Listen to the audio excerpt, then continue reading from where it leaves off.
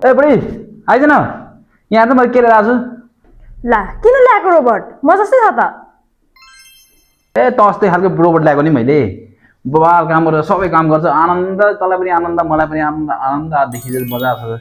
जिन्दगी है ल हुन्छ त्यसो भए ल यो रोबोटलाई म यता राख्छु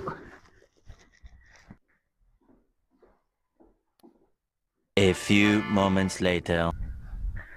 रोबोट कम अब रोबोटले काम गरिहाल्छ दामी होइन मजा आउँछ सबै काम गर्ने अब सुई गर्ने ल दाम के काम गर्ने भन्ने ल ओइ ओइ ओइ ल यो के भयो त ओइ बुढी